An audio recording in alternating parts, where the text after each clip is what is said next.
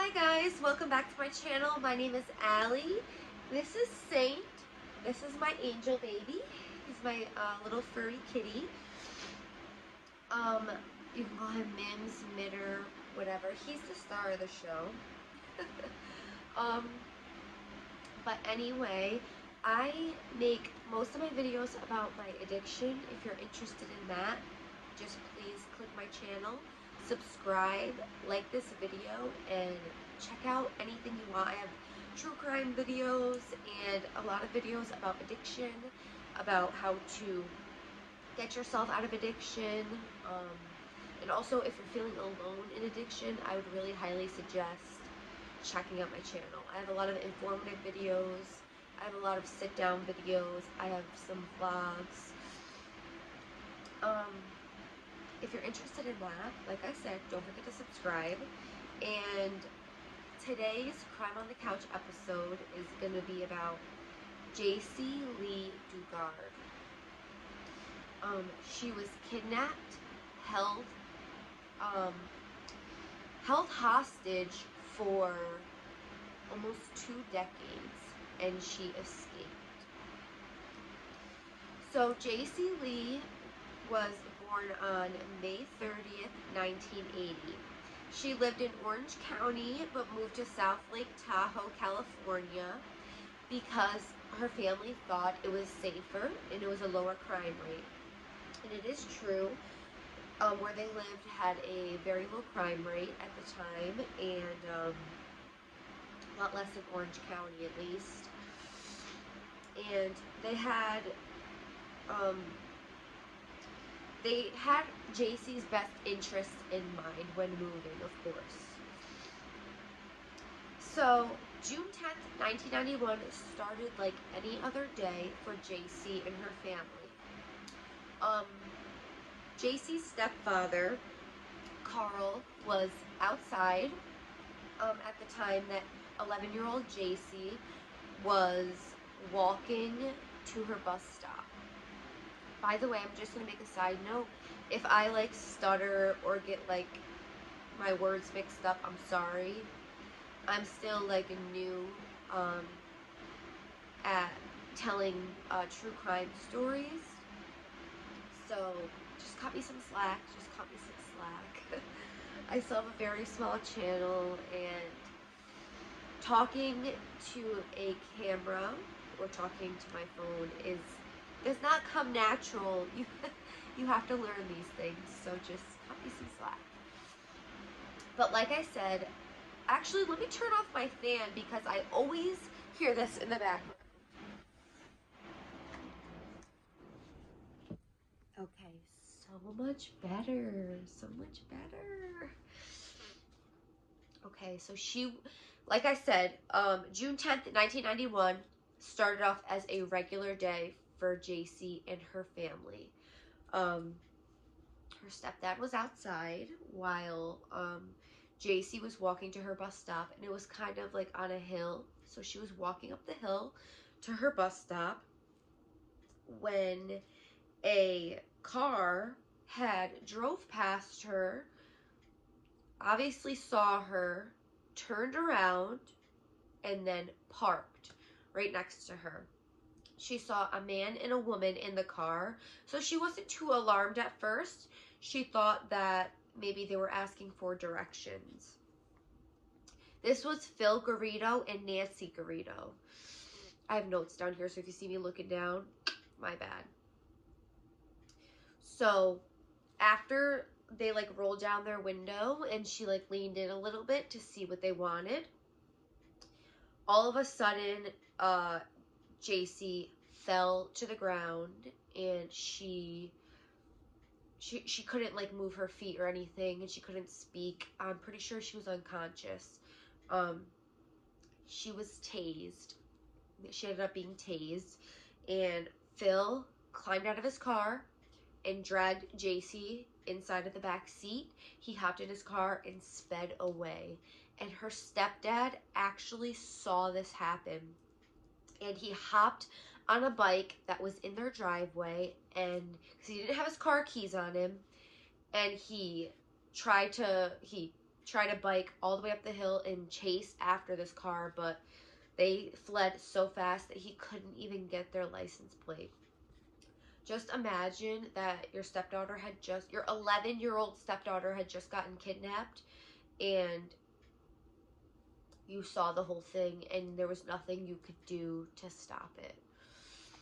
That's just, I can't even imagine that type of feeling. So he called the police right away, and within the hour, police showed up at their home and they began a search. They had helicopters going around.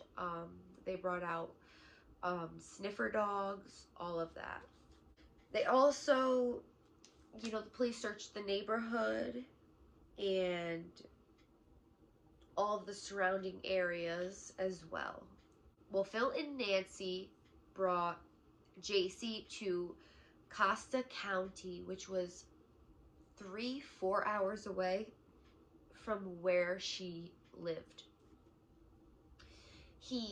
As soon as they got home, they dragged Jaycee out, brought her inside of their home, and he immediately undressed her and put her in the shower with him, where he sexually assaulted her, aka he raped her, and this would be the first of many.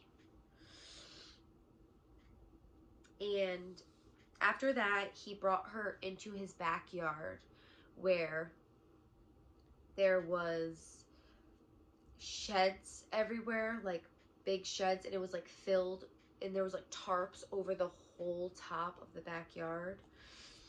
It was crazy looking. Like the whole backyard was like filled with like little shed type buildings, and tarps over it, and it just looked really weird. Like, it just looked really bad. But this was a soundproof shed, so when he put Jaycee in there, nobody could hear her screams. It was really tiny. There was a bucket for her to use the bathroom with, and she was handcuffed. And he was telling her that she was doing a good thing because since he was getting to rape her, she was saving other girls from getting abducted and raped and sexually assaulted. That's what he would tell her. So they would feed her a lot of fast food and bribe her with like milkshakes and stuff like that to try to warm her up to them, I guess. After a while, they had given her a TV so she could watch, you know, different channels in the shed, but she was not allowed to watch the news because they were scared that she would see her family pleading for her return and seeing news updates about her being missing, and they did not want her to see that. After a month and a half, they had moved Jaycee to a bigger shed in the backyard. So she wasn't in that tiny little shed anymore, but she was still handcuffed. She still had to pee and defecate in a bucket. She had the little TV, and she was still alone all of the time. She was just stuck with herself inside of this shed most of the day. Nobody could hear her screams. Like I said, this one was soundproof too. It was just a very torturous life to live, and Phil would bring her inside after his drug binges, and he would dress her up in different costumes and then rape her after, and this happened multiple times a day for Jaycee, and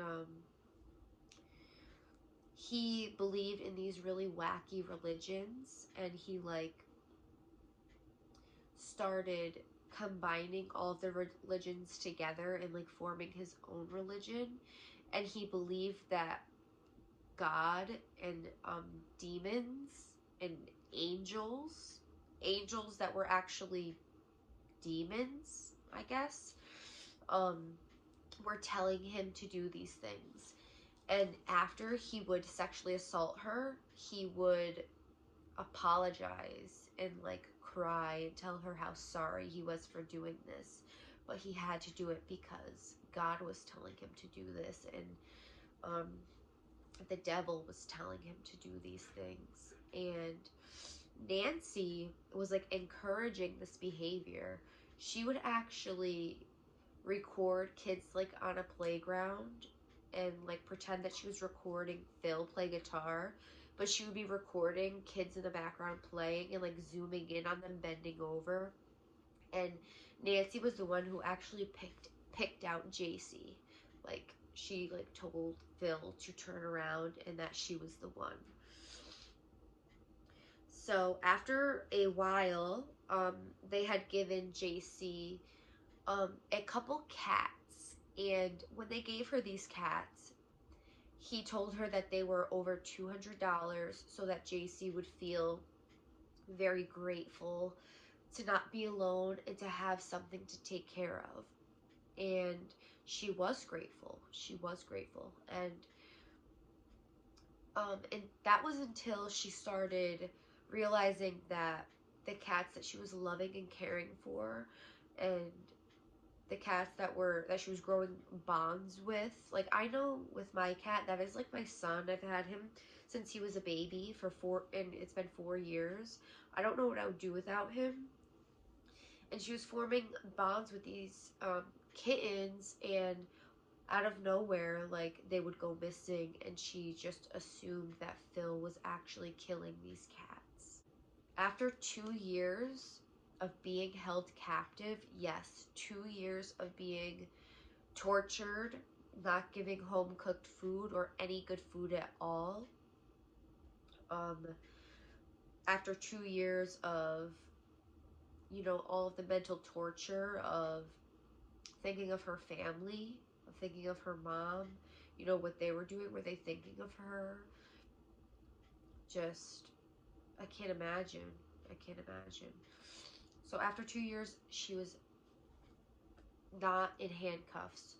So she spent 2 years in handcuffs, being cuffed to this shed, inside the shed. It's just crazy. So she was like only given like minimum range to move and all of that. And they gave her a journal. So she would start writing in these journals and filling them up. And she would sign her name at the bottom, Jaycee Lee Dugard. And Philip would get really mad when he saw her signing her name. He would get really upset when she even said her name. So he made her change her name, and she picked Alyssa. He ripped out all of the pages out of the journal that had her name on it.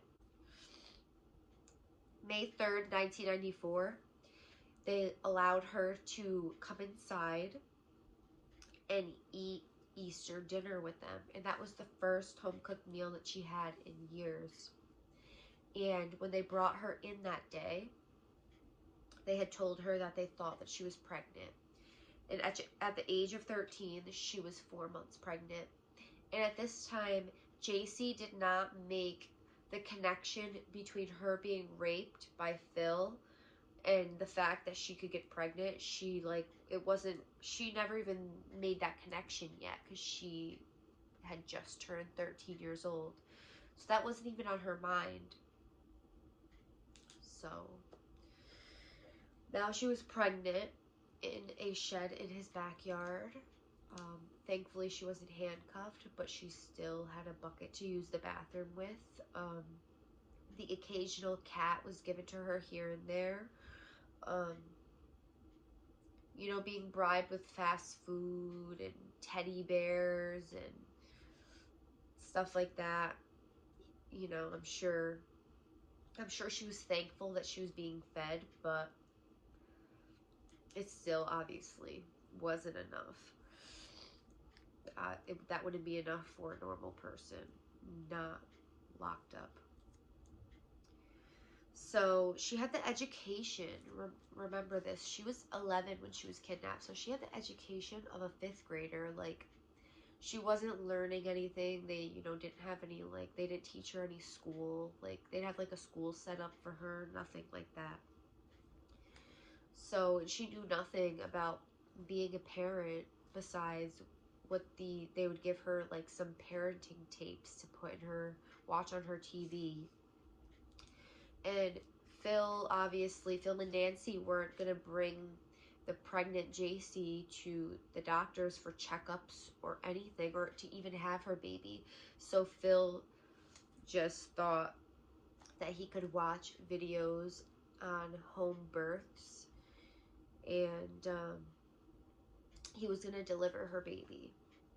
So on August 18th, 1994, Jaycee had woken up and she started having contractions, and they started getting stronger and closer together as the hours passed. And, you know, as the hours passed, she also realized that Phil and Nancy they did not come in at all, and she started coming to the realization that she was going to have to deliver this baby alone. Like, she was about to have this baby in a shed in the backyard alone with no help. At some point, Phil and Nancy did go back there, and they delivered that baby right in that fucking shed. And the baby came out with its umbilical cord wrapped around its neck, and Phil reached in and unwrapped it and, you know, pulled the baby out. And besides a couple, you know, problems with the birth, she had a healthy baby girl.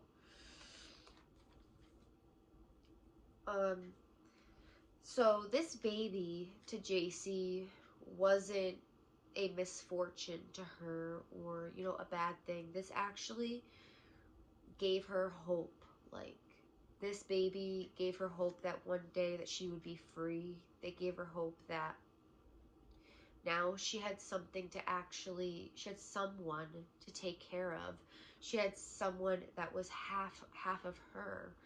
And, you know, even though it was half of her rapist and abductor, she didn't care.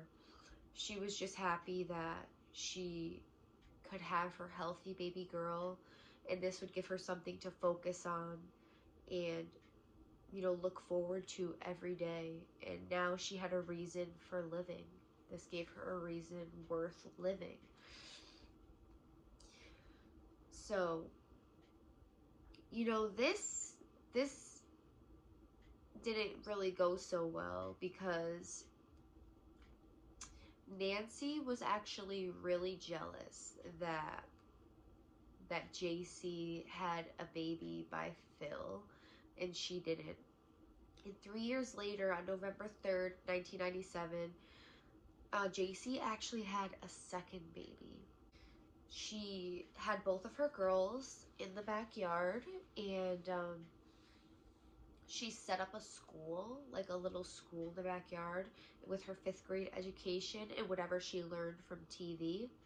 She started teaching her girls everything that she knew, all of the knowledge that she could give them, everything that she could do for them, she gave to them. And Nancy had gotten so jealous that Phil had told her that the girls were actually going to be going inside in the house with them, and they were going to call Nancy mom, that was their mom, and Jaycee would be known as their sister. And this was heartbreaking to Jaycee, because these baby girls were, like I said, her reason for going on in this life. She loved them with all of her, and she would do anything for those baby girls. So, and she was deathly afraid of Phil and what would happen if, you know, she she fought this or decided to act out and demand otherwise. So she wanted to keep her and her daughter safe, so she went along with this. I just can't imagine, like, having my daughters think that these child molesters, child rapists were, you know, their loving parents, and, you know, their actual mom was kidnapped and held hostage in those crazy, nasty, terrible conditions. And it's just crazy. That was devastating to Jaycee, obviously. So they started getting more comfortable, you know, with Jaycee over the years, and they would let her in the house more often to help clean and, you know, to help do other things. And, you know, Jaycee had actually met a neighbor boy through the fence in the backyard, and he asked her name, and she told him Jaycee, and, you know, she never told him that she was abducted or she needed help or anything, and he didn't suspect anything either. So, you know, take that for what you will. She was probably very scared, and Philip had beat it into her head so many times and threatened her so many times over the years that she was very brainwashed. In the early 2000s, Phil started his printing company, and he let Jaycee work for him. Obviously not getting paid, but you know, she would help with the paperwork. She helped with phone calls, emails, all of that. She would be on the phone with customers, and she never asked for help, never made them think that she was in danger or anything like that. She also would open the door for people who visited the home, and she never, you should tell them her name was Alyssa if they asked, and she never acted scared or like she was in danger or that she needed help or any of that. She acted very normal, very calm, and like this was her home, this was her life. You know, she had access to the email account, the phone, and all of that. And people thought that, you know, after Jaycee was free, they would say that she had Stockholm syndrome, which is when you form a bond or an attachment to your captor. Like, you end up having love for your captor, and that is the reason why they don't end up leaving. But Jaycee gets angry when people say this because she says that she knew what he was doing was wrong. She never had love for her captors. It was always what were in her daughter's best interests. Those were the reasons why she stayed. Not because she had love for Phil or Nancy, or that she ended up thinking that what they were doing wasn't wrong, you know, or her moral compass was swayed over the years, because it wasn't. She was disgusted with them. She hated them deep down for what they had done to her, and that never changed throughout the years. She hid that very well. In 2009, she was moved into a bigger, so like in the backyard, there was like a second backyard in the back that was bigger. It was like a bigger shed, kind of like it was like a campsite type thing. They had a shower, they had a toilet, they had a bunch of tents, tarps, and little sheds and stuff like that. They had a 6-foot fence around the whole yard. They had very tall trees around the whole yard, and there was tarps over the top of all the tents. because now they had to hide 3 girls and not one, you know, Jaycee and her 2 daughters. The cops have been involved a couple times. You know, just 10 months after her abduction in 1992, um, a guy reported at a gas station that he saw Jaycee there staring intently at a missing poster of her. And he described her and all of that. She was looking at a missing photo of herself. Excuse me, a missing photo of herself. And he also reported that he saw a large yellow Dodge van. And this gas station was only 2 miles away or less. And Jaycee did say, you know, when the cops did go on the property after Jaycee was found, they did see this large yellow van, but Jaycee said that she was not allowed to leave. They never took her out of the house or the shed until 1994. So I'm not sure about that report, but in 2006, the neighbor called the cops to report that there were tents in the backyard and that they thought that there were children living in those tents. And when the cops came, they talked to Phil out front for 30 minutes and basically told him that if there were children living in tents in his backyard, that it would be a violation and he would get in trouble. The cop never searched in the backyard to see if there were children living in these tents in the backyard, which is insane, absolutely insane. So Phil was actually on parole at this time, and they did a search. Parole came to the house of Phil and Nancy's, and they did a search, and Jaycee was actually in the house. And Jaycee had talked to this parole officer, and they didn't think anything of it. They didn't look into it, nothing like that. And that's just crazy because in 1979, Phil was actually arrested for kidnapping somebody. Like, don't you think his parole officer would look into Jaycee a little bit more if he was visiting the home and Phil was previously arrested for kidnapping somebody in 1979? Sorry guys, my nose is like not cooperating with me. It's like so clogged. But on August 24th, 2009, Paul and Nancy took the 3 girls to the University of California, Berkeley, to preach about their wacky religion. Yes.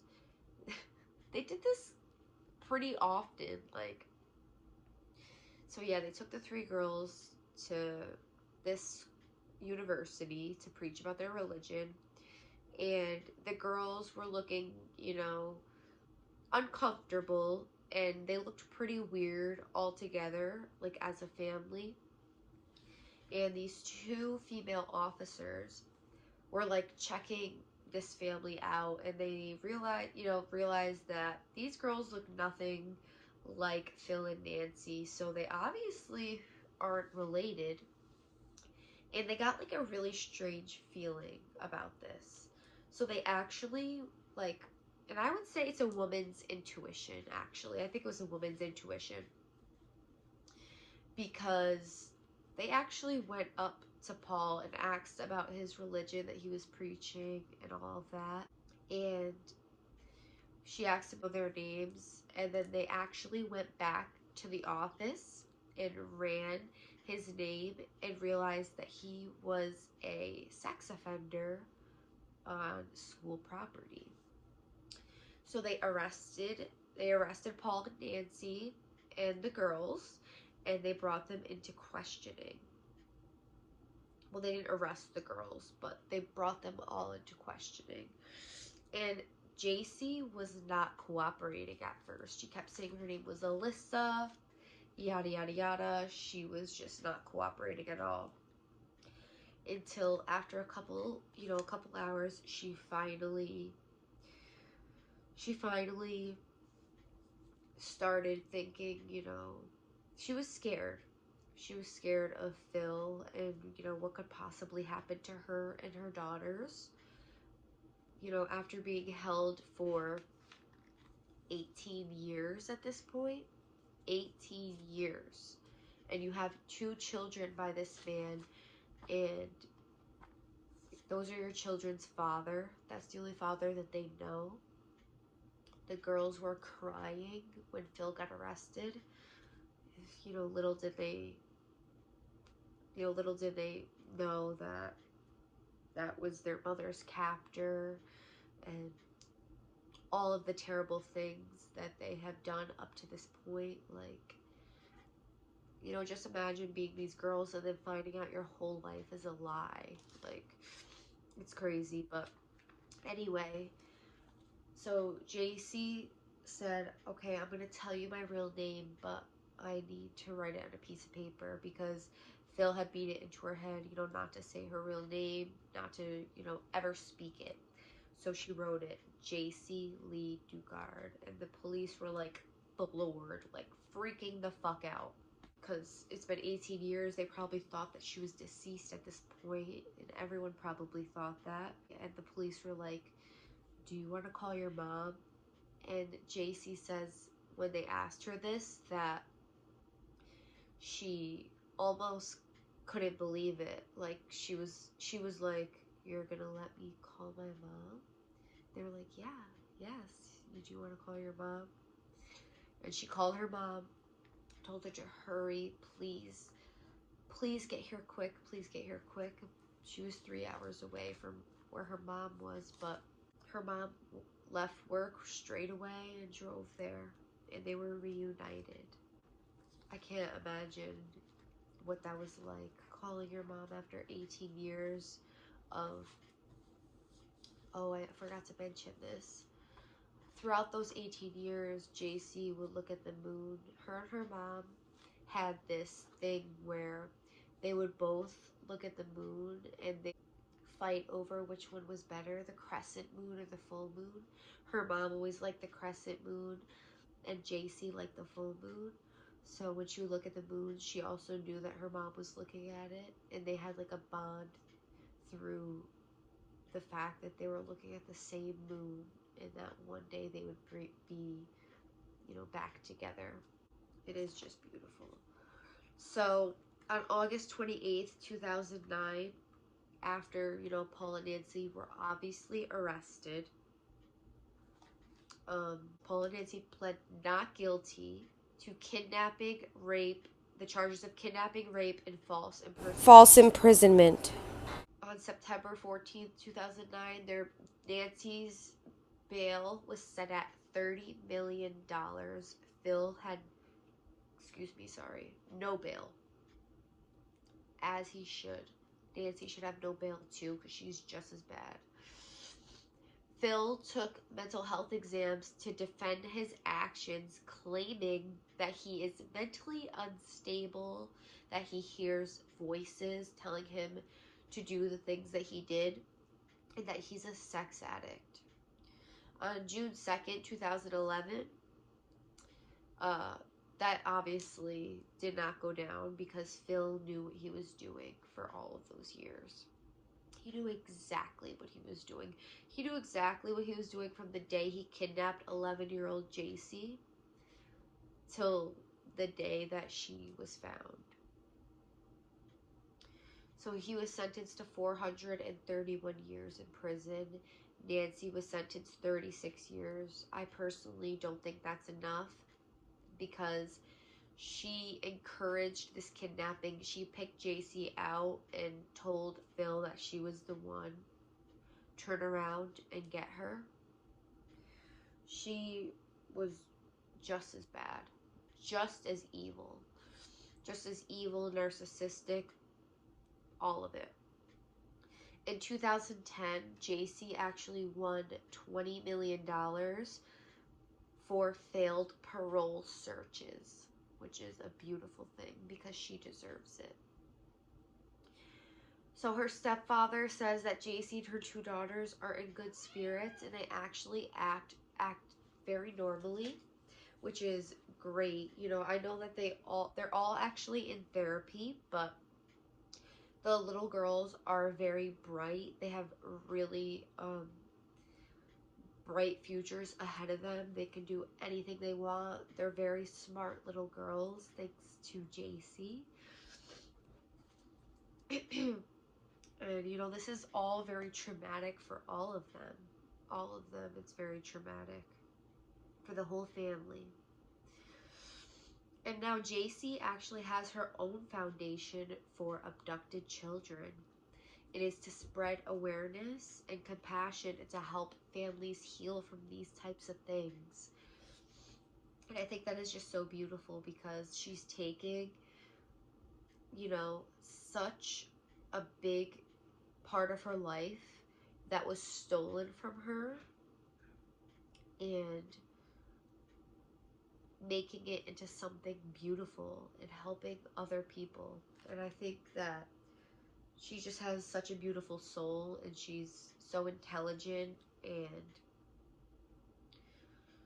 you know, I just don't think that most people would be able to recover the way Jaycee has from this, and her daughters. And her main like line that she says is just ask yourself to care. And that is all I have for you guys on this case. I hope that you enjoyed it. I hope that you guys are having a wonderful night. I hope that you guys are safe, healthy, and sober. And don't forget to subscribe to my channel if you want to see more of me. Don't forget to like this video and share it if you feel it's worthy. I love you guys so much, and I will see you soon.